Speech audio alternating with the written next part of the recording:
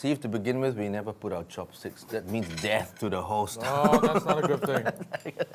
What's your favorite? What do you think of that? Well, there's really a lot of great food. I really like the tofu and also the shrimp, but I mean, the sweet and sour fish that we watch them make was fantastic.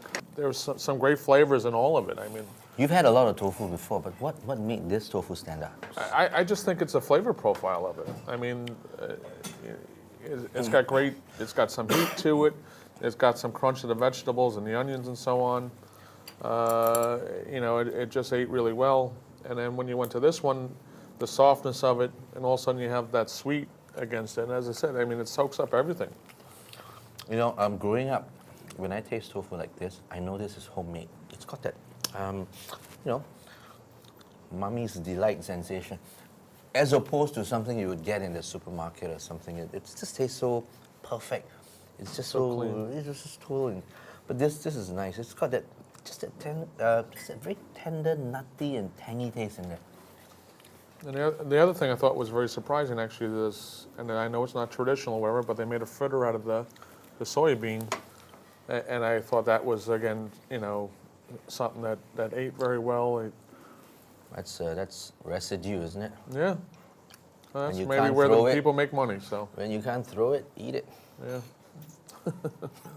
What do you think of the flavors that you're getting so far in Beijing as compared to the Chinatown flavors you're getting in other parts of the world? What's the distinct edge? I've had dishes like this, of course, before. That's very popular. That's Sweet and sour very popular, sweet and sour and so on.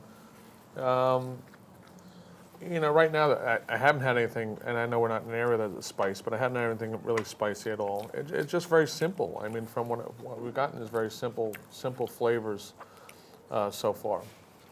And we're only on day 2. We've only just begun. Beijing and many parts of China traditionally don't have spice, don't have chilies in their cuisine.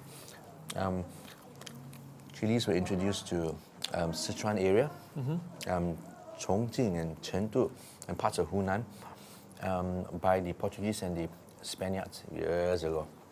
I would say, the original flavors of Beijing are very simple. You've seen some of the simple fare that they have, the meats, those little mung bean milk, but these are kind of evolved over the years. They have influences from Sichuan, there's Cantonese influence, and they've come up with their own. So we are witnessing an evolvement.